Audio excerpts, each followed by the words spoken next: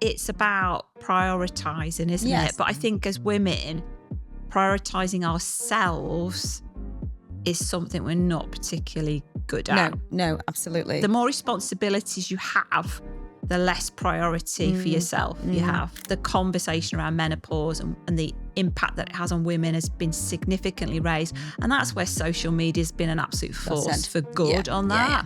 Absolute kudos to those women that are breaking down kind of those barriers and that. So I think the shift is happening. Feminism is about having choices. Love that. It has a massive impact on your skin, massive impact on your hair. That sort of your identity really and how you look and you struggle with it. It's just hard and it's really hard. You're trying to navigate all of that in your little head and trying to hold down a full-time job and trying to bring your kids up in their formative years. So it's hard. You're facing a lot. Right? It is. It's just like a lot. Because skin isn't just skin. It's your story and I'm here for it. I'm Kelly Saynor. Are you ready for some barefaced chat?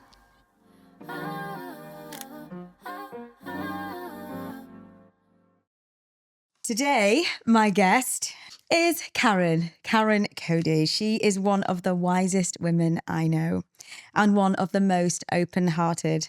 Karen is 59, a powerhouse in the arts and charity world and someone who's spent her career breaking down barriers, financial, social and structural.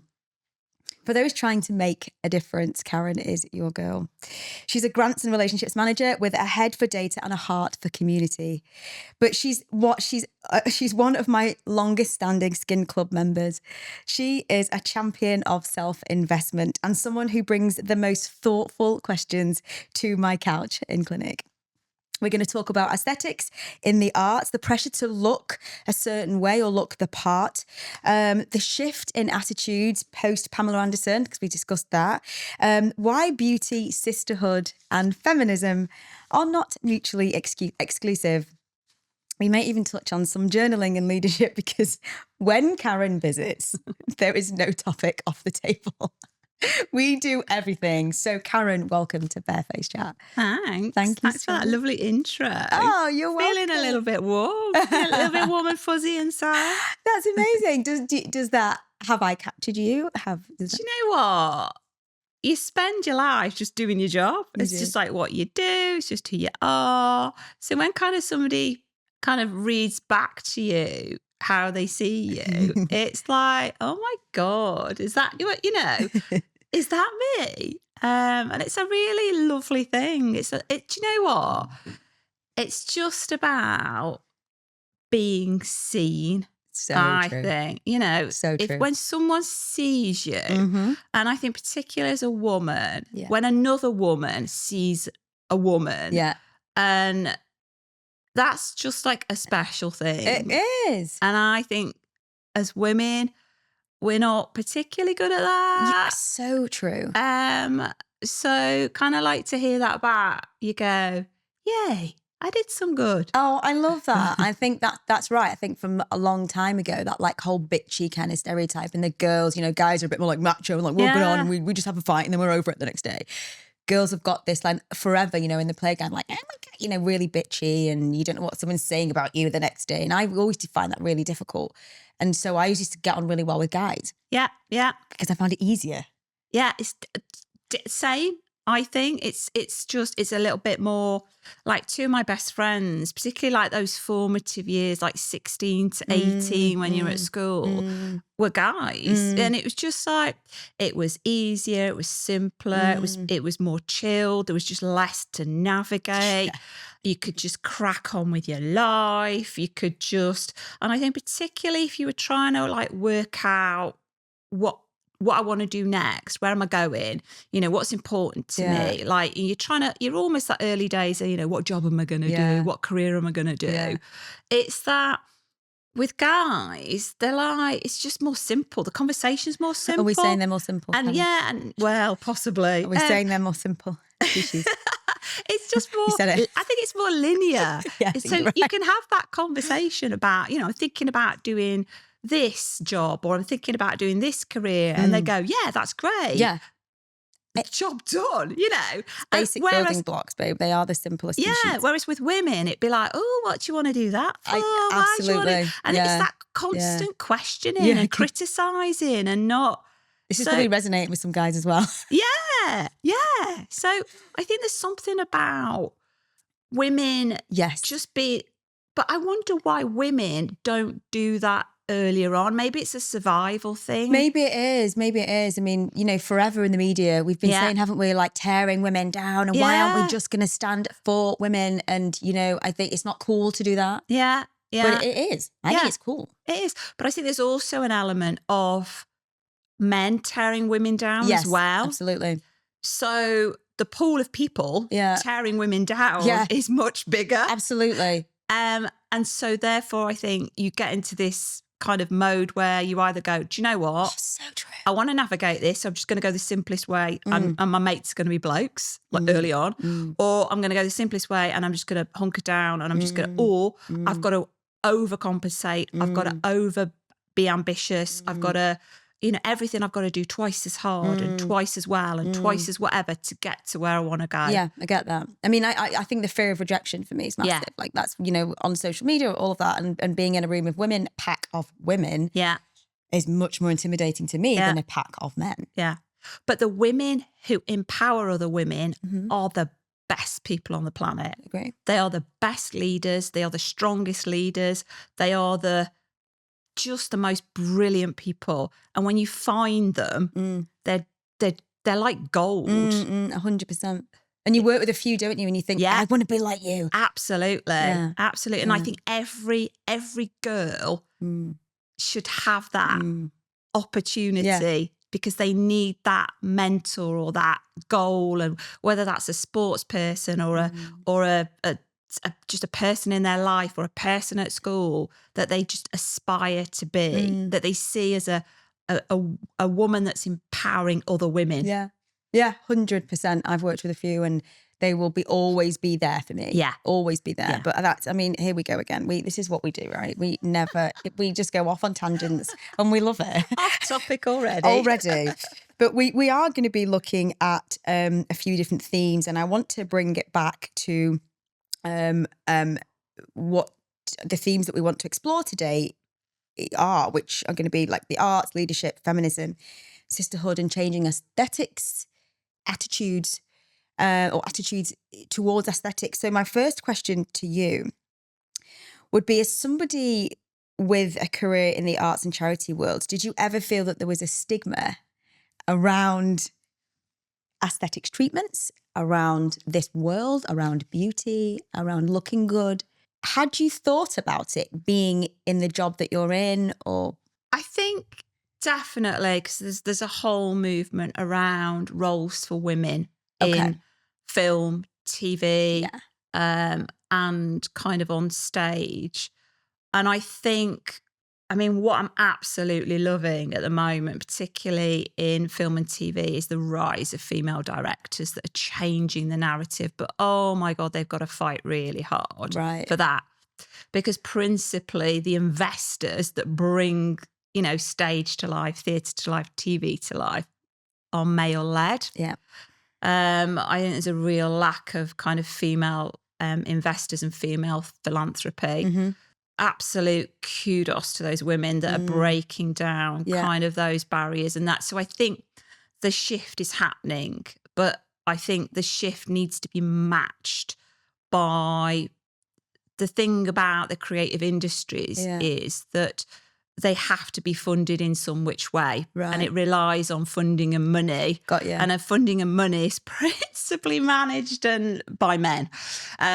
So I think that is a challenge for sure. So I think there is a slight shift. I think there is there's kind of two sides to it. And I think it depends on, particularly with young women, because sort of like 15 through to 25, 26, 27, there is this whole movement, somewhat from kind of reality TV programs for sure, around a certain look, a certain amount of work being done, exposure to lots of kind of media channels around beauty products from a really, really early age now. Yeah. As young as 9 even. Yeah.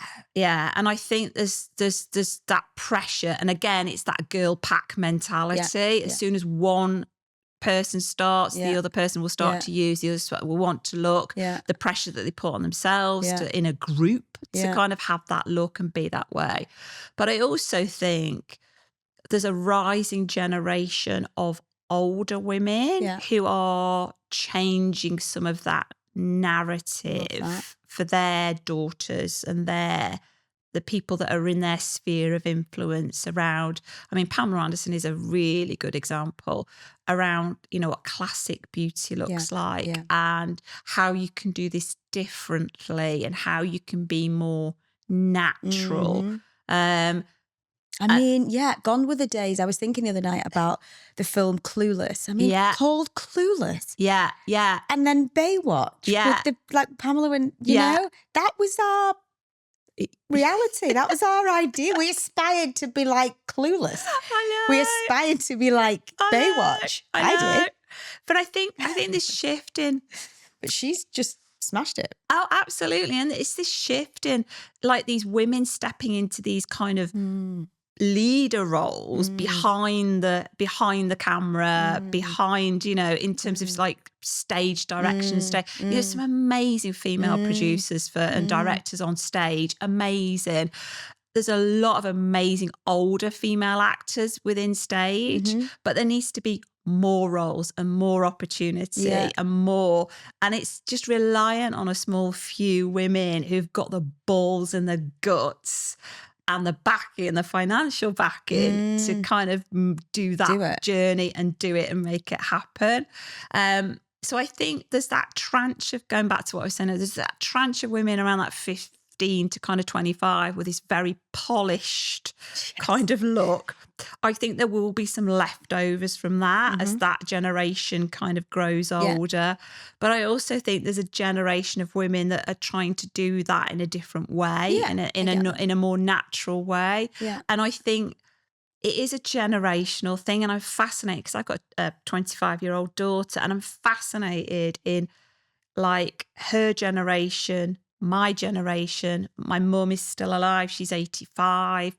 And the difference between my mum at 85, me at 59 and my daughter at 25. You've got 3 generations of women who are at different points, who've had different exposure to aesthetics and beauty. Yeah. So each of us are consuming in a very different way. Yeah, I totally see that. And how can we change the conversation when we've got reality TV like Love Island? We've got Instagram and social media becoming so much more prevalent and setting the narrative for what our beauty ideals look like. Even though we're getting better, if we've got that for that millennial, Gen Z, whatever, then we've got, our era, I would say. Generationally, we've got some of this, a similar outlook, even though, we're probably 10 years apart. But, and then, of course, my mum's age, your mum's age, my dad's 82, my mum's 75. And how are we able to tell the younger generation? I've got a 19-year-old and his girlfriend is still, she aspires to, her role models are Love Island stars. Yeah. If we're trying to shift the narrative now and do things a bit differently and look great for the way that we are, how do we do that when we've... So 25, not even 25. When I was 18, I just wanted to be Susie Sue off Susie and the Banshees. I was on a proper punk moment. So that was what I wanted to look like. And I think that is the thing. Yeah. So kind of like what you're exposed to at the age you are is what you want to look like. Yes, true. Very true, generationally. The thing is, back in the day, you would just be watching music. Yes. Musicians were kind of the thing, of course. The thing. Diana Ross, I was like, I want her like Diana Ross. Yeah. And I think, so there's something about the fact that now we're exposed to so much more visual content. Whether that's on social media, whether that's on TV. I mean, my God, back in the day, there were only 4 channels. Yeah, that's right, yeah. And I remember MTV starting. It was like the best thing ever. It was amazing. So it's that visual element. So I think you've got a generation now that are looking at Love Island. So I want to look like that. You know, they're there, Susie and the Banshees. You know, Susie Sue's of the now. Yeah. Whereas for me, at my age, I'm now exposed to social media and But what I love and what I'm embracing at my age and at my time of life is, you know, the fact that Pamela Anderson is walking down there. And even though I know Kate Moss has had work, and she still has a natural beauty about her, I think. I agree. There is still that like cohort, isn't there? Yeah. That do look amazing. Yeah. Yeah. But still not as OTT. as polished and as done as kind of what I call the Love Island cohort. And I'm sorry, Love Island, because it's just a simplistic term I'm using. So I think there's that I want to be like that now. I totally get that. I mean, the thing is though, don't forget when we were looking at those, like that supermodel era, it was like heroin chic was in. Yes. That like bony, twiggy, sticky, thingy, like, you know, that was in. That like no makeup look. Yeah. Pale. Pale. Yeah. You know, and that was the ideal then. Yeah. So, you know, fillers wouldn't have been on the table because that would make your face look cute. Yeah. What do you mean? I mean, done correctly, obviously not. But, you know, I think that's completely fascinating. And I love your perspective on this, especially with the job that you do and looking through that lens, because I think anybody listening to this that is in the arts or has got any appreciation for that will totally, it will resonate with them like it does with me every time I talk to you. So given that then, and you started your journey with us, what changed your mind, or what brought you to the clinic? Because you were a founding, you were an OG of the Skin Club. Do you know what? It's been such a lovely journey, the whole thing. And I was trying to work out, how long have I been coming here now? I'm in my second year of Skin Club. That I do know. But I think I started like 6 months before that. Yeah, you did, it must be like 2.5 years. Yeah, my gosh. I would have been just past 55, maybe kind of just as I reached 55. I was 10 years into menopause. So I started at 46, which is not very early, but is still at the early end of. Absolutely. And I really massively struggled. None of my friends were going through it at all. I was very much on my own. I kind of had a lot of related sort of health kind of problems, challenges. And it was a really tough 5 years of those 46 to 51, just navigating that alone.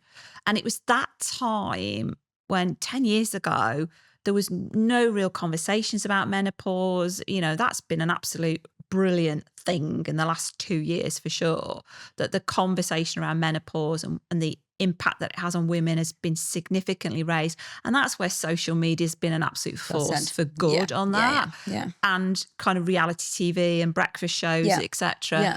And there's been some really good champions on that. And Davina McCall's been brilliant on that, you know, really raising the profile and talking about it. So I think I was deep in navigating that and all of its complexities.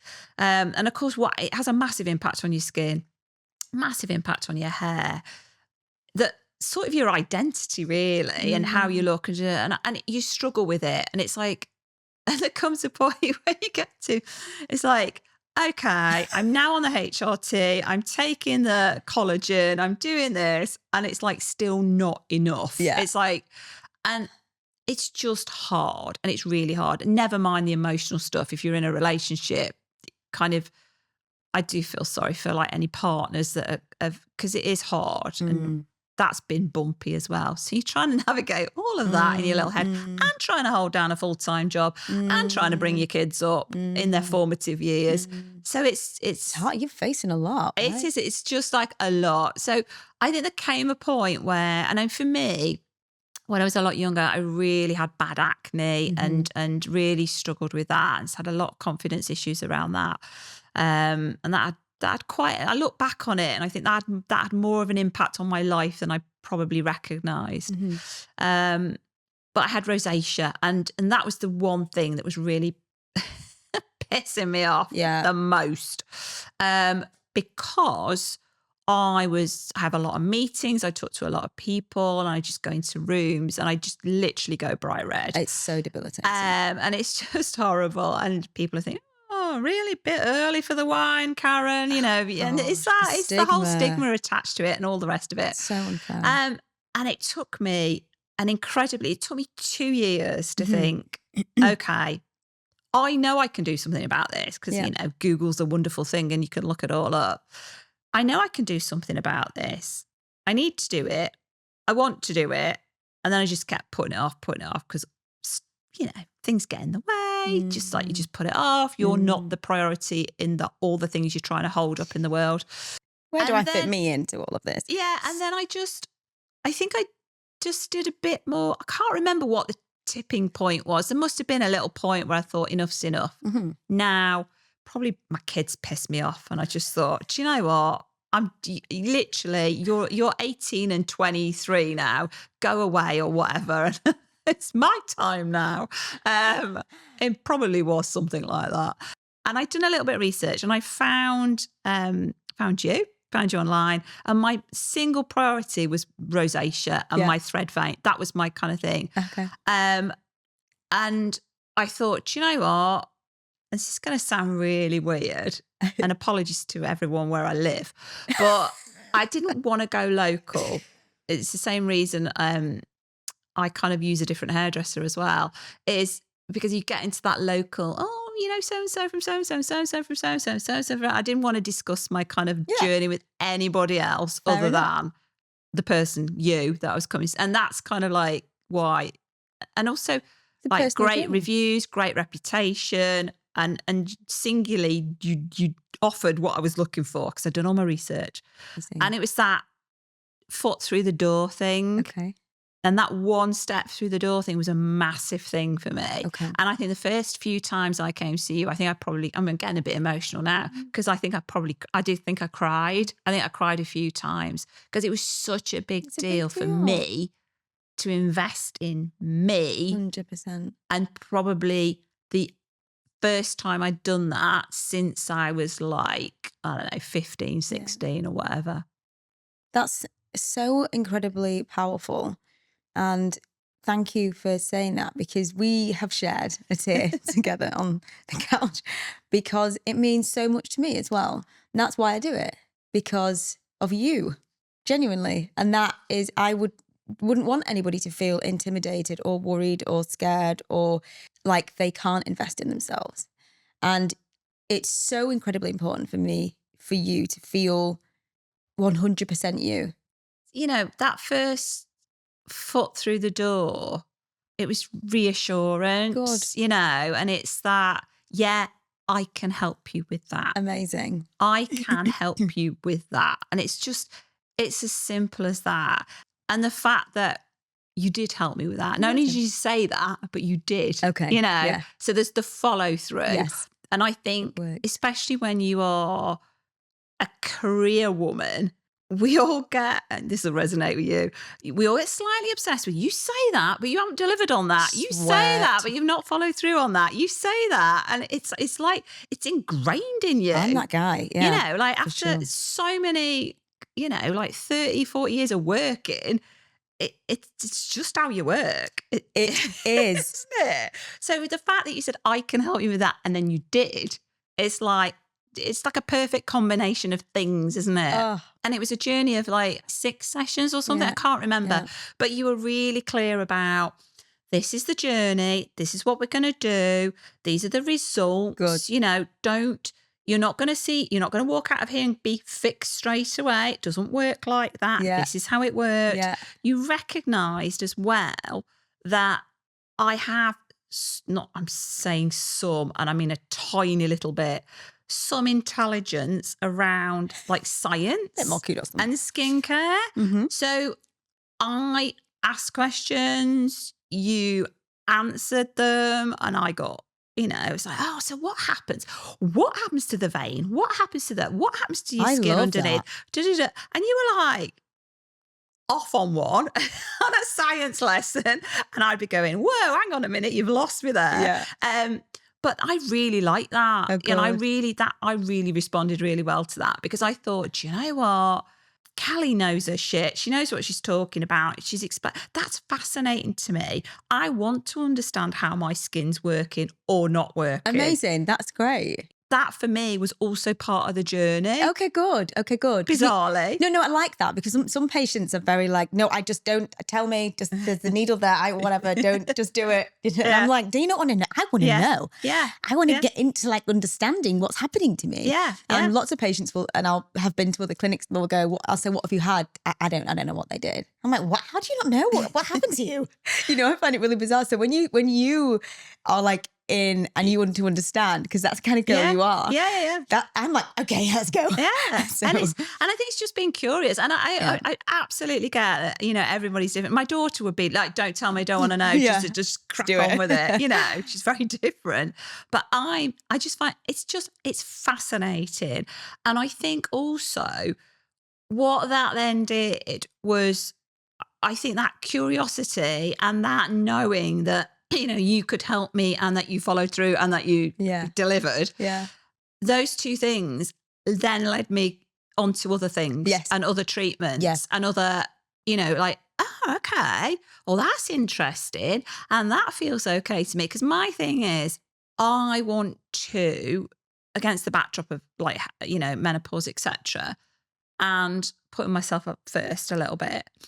It was about, I want to look the best I can at the age I am. Mm-hmm. I don't want to look like done. Yeah. That's how I describe it. I don't want to look done. That's not me. I don't feel comfortable with that. But I do want to look better. I kind of want to kind of look just that little bit more. Yeah, and I don't want people to go, well, what have you had done? What have you had done? I don't want people to do that, because I don't want the attention on me, and I don't like that. But I just want to, and I'm not doing it for anybody else. I'm doing it for myself. Absolutely. And I know when I've had a little bit of a gap with kind of some of my RFI and my kind of my redness stuff. And I just come in. Yeah. And I go, oh, my redness is just, and you go, right, okay, what we'll do is you've become empowered in your journey now. And hopefully I have had a part in that, because you are curious. And I think that's what drives us in our conversation. Yeah. You don't always have that with people. Yeah. And we are super curious together. Yeah. We talked about journaling early on, didn't we? We were like, have you done it? We held ourselves accountable. We did. I got a diary. You did. Did you? You followed through. I did not follow through. Oh my God. It's on my list to do. But that's so you. It's like, I'm doing this, I'm following through, and I'm delivering. I'm doing it. But I think when you were thinking about one of the things that became quite apparent with me, like early on when I was coming, was that it was a journey and and then like I wasn't particularly good at making appointments, and then I cancelled them because I got a meeting, and then so Skin Club for me was like the perfect solution. It just took all of the hassle out of it. It's like you've got 12 months of appointments, and also for money wise as well, because like money is a thing. Yeah. And I think particularly when you're investing in yourself, there's always something else to spend your money on, like your kids or your partner, or like going on holiday, or like something needs doing in the house, or some, your parents need, or whatever it is. And it's really about, it's a structure. I can operate within it. It takes the hassle out of organising the appointments. Yeah. I know how I'm budgeting, which is brilliant. I love that aspect of it. I can budget for the month. Mm-hmm. But it's still responsive, because I will come in for one session, like I've just said, and my redness will be flaring up a little bit. And you go, right, okay, next session, we'll move that, we'll change, we'll swap that around. And so it's bespoke. Exactly. It's tailored to you. Exactly. It's not an off the peg. No. And that's what we love about it. Yeah. It's really bespoke. When we say it's bespoke, we mean it. And when you were starting off, I was going, oh my God, well, you need to consider this, you need to consider that. But I think you're absolutely, it has to be bespoke, because things change. Your skin's an organ. Skin change, and it's a living thing, isn't it? And it changes. It's not like a theatre membership scheme where you're buying tickets for a show. That was very useful. Yes. Because it's a business framework and a business model, and I do like that as well. This is true. And almost it's that moment where you just go, I don't have to think about that. Yeah. And anything for me that is one less thing to think about in my life, absolute winner. Yeah, I think that's amazing. And you've just like bottled that and like nutshelled it, because that's where we started. That's where we are now. And you are the epitome of that. And that's really helped me refine and define what Skin Club is to people. Yeah. Because of our talks. And we said the other day that like people are put in your lives, and, you know, we have conversation that's not just surface. Yeah. We say, how are you? Yeah. And, you know, not everybody does that either. And that's absolutely fine. But let me just bring this back. You've answered all of these questions because we can just wax lyrical about this kind of stuff. We don't need to keep on topic. You're like 10-hour podcast. Let's like rip this up, throw them away, because we can just do it anyway. But I just wanted to ask you a very specific question about the regulation or the lack of regulation in the industry. Yeah. So you've worked in funding and governance for decades. Now, does the beauty or the aesthetics industry feel unregulated to you by comparison? Yeah, big time. Yeah, okay. Big time. Let's explore that. I think it has such a huge impact on particularly young girls. Yeah. You know, it's that at what point should you really not be messing with your skin? Yeah. And kind of, and I want to say messing, and that could just be products you're buying off the shelf with different chemicals in, or treatments, or anything like that, because, you know, it's still in its natural formative kind of time frame. But that's true at any age, you know, absolutely at any age. And I think the fact that, you know, anybody can settle. I don't know. I mean, this is kind of not my area at all. But for me, it's really about, and it's one of the things when I was Googling and I was checking, I wanted, and, you know, they have to be an approved practitioner. There's got to be some sort of substance under that, qualifications, X, Y, Z, because, oh my God, if you get it wrong, it's horribly wrong. And you see the horror stories. Absolutely. But I think for all the horror stories you see, there will be so many more that you don't, because fundamentally there will be a massive embarrassment around that for women, that they went to get some work done and it didn't work. And I should think there's a huge raft of stories uncovered around that, I think, that are not in the public domain that people don't know about. And I think that is such a shame, because what that does is those practitioners can still practice and can still, you know, it's the same thing as malpractice in like the health industry. And it is the same. It is, because it's the same impact. This is your body, and you've really got to look after it. You've really, really got to look after it. And you can't just put anything into it. I agree. On that note, you know, I think the stigma that's around women not sharing the story about, because there is that, like, what if it goes wrong? What if they know I have toyed with my like had work done? There's a real connotation, absolutely, isn't there, around that? And like you were saying about keeping natural, like you look amazing, like you don't look your age at all, and we've just enhanced bits of you, you know, genuinely, like we've done it so naturally, and on, you know, talking rosacea as well, just on that note, like it affects like 40% of the population. It's a big group of people that are suffering with it. So for that to be at the start of your journey, and for you to feel like you wanted to address that, but still feel natural, it moved you on to other things.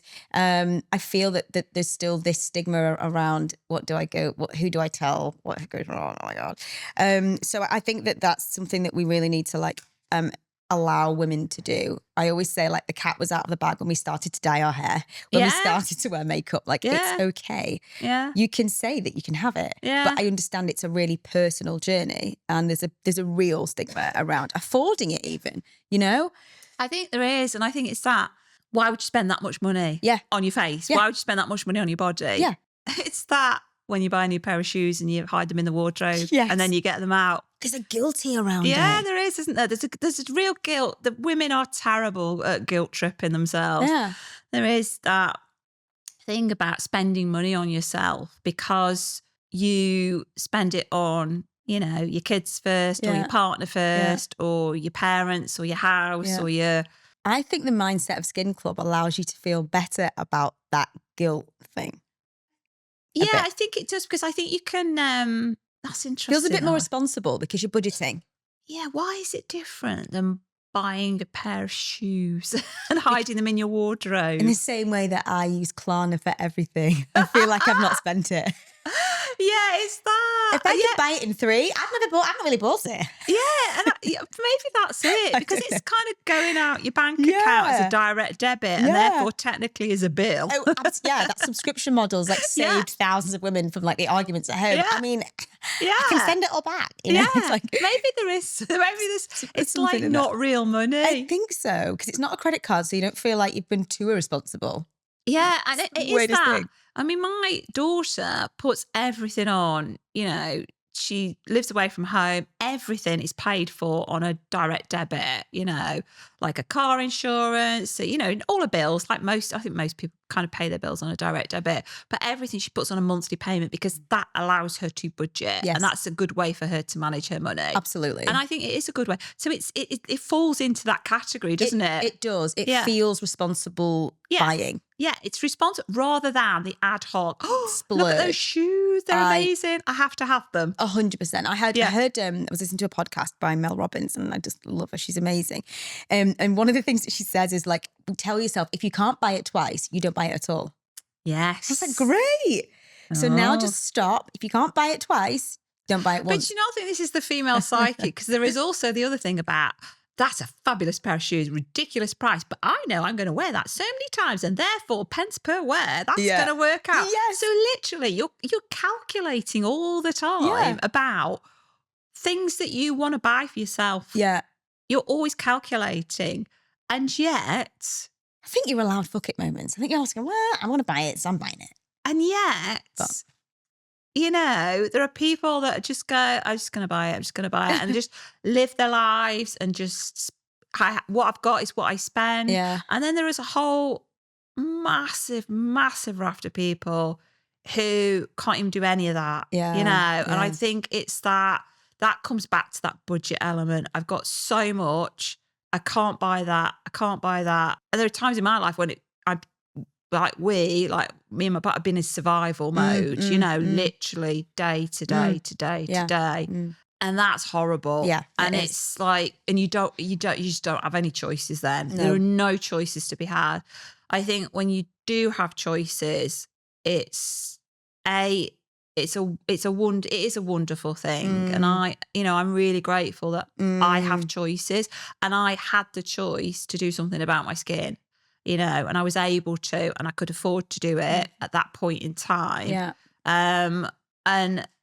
But that's the conversation that but that's what Skin Club's good for, because it still helps me budget, and it still helps me plan. And be you, because you've taken charge in that. Yeah. You've decided that now's the time to reappropriate. And I think you said that I've moved money around for me. Yeah. And I genuinely have, you know, and it's like, I mean, I haven't bought a single item of new clothing for, it must be over a year now. No way. It must be over a year now. Easily. So I think it is about that choice, choices you make. 100%. You know. So 100%. I think it's about prioritizing, isn't it? But I think as women, prioritizing ourselves is something we're not particularly good at. No, absolutely. The more responsibilities you have, the less priority for yourself you have. And I agree. And you get stuck. You're almost stuck. And that's a big tranche of your life. Yeah.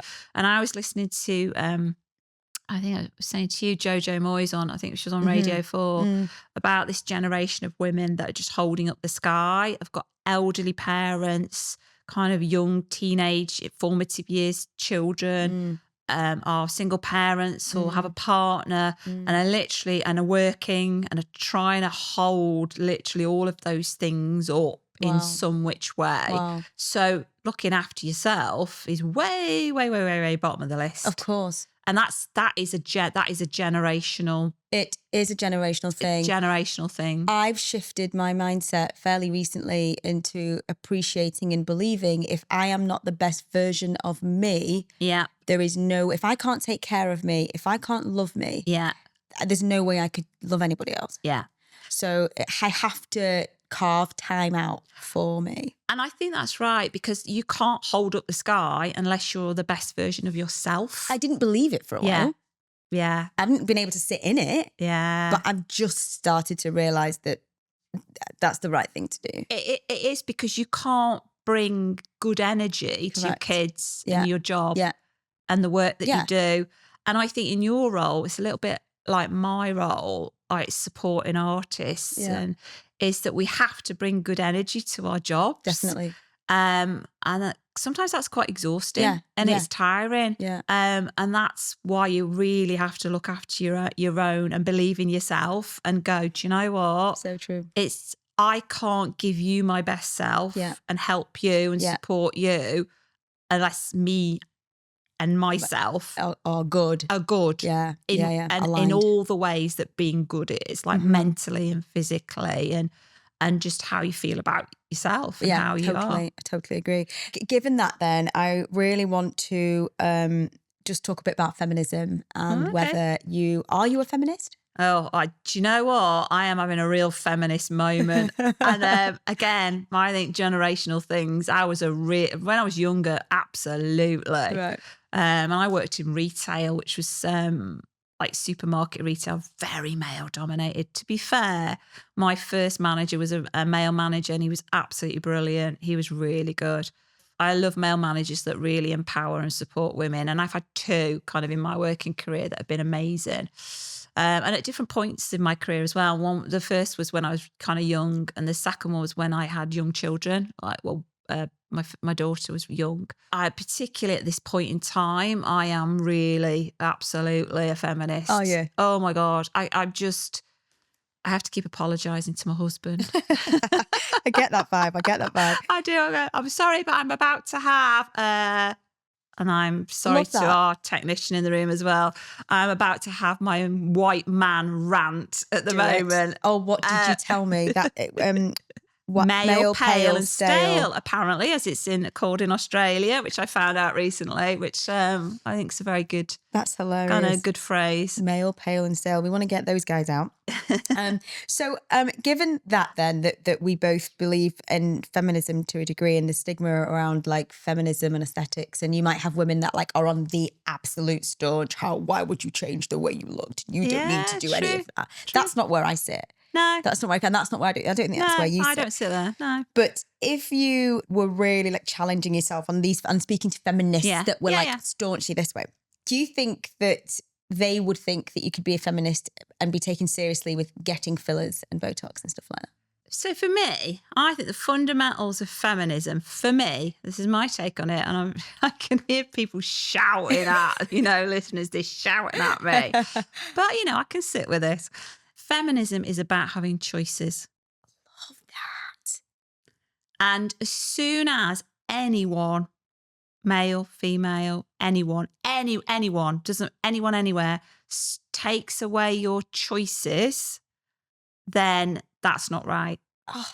So if you are a young girl who wants to be an accountant, an architect, and you're not in an environment, or if you have someone saying you'll never be that, you won't be that, immediately you're taking away her choices. Wow. Okay? And when in a group of girls, they're saying to each other, oh, you don't want to do that, you want to look like this, you want to look like that, and that girl is saying, actually, I don't want to do that. That group of girls is taking away that girl's choices that she is making. So as soon as anyone takes away choices, so if someone says to me, you can't be a true nerd, they are taking away my choice for me. That is such an amazing way to and that's look how at I it, see it. Put it. Oh, wow. Thank you. That's my takeaway. That's an amazing takeaway. And I think what an amazing chat we've had, how interesting you are. I would love you to come back again.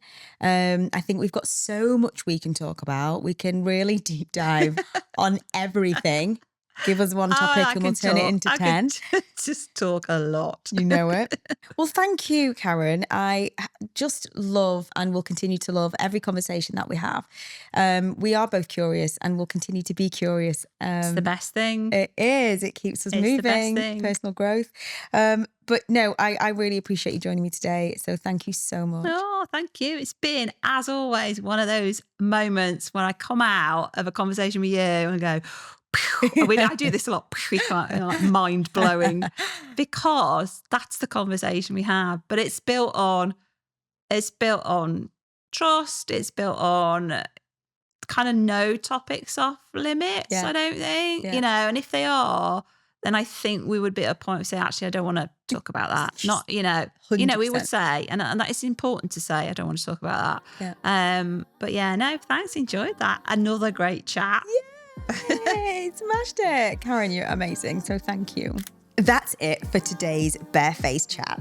Thank you so much for listening. If you've loved this conversation, make sure you follow, rate, and share. It really helps more people find us and join the conversation. I'll be back next week with another honest, unfiltered chat. Because skin isn't just skin. It's your story. And I'm here for it.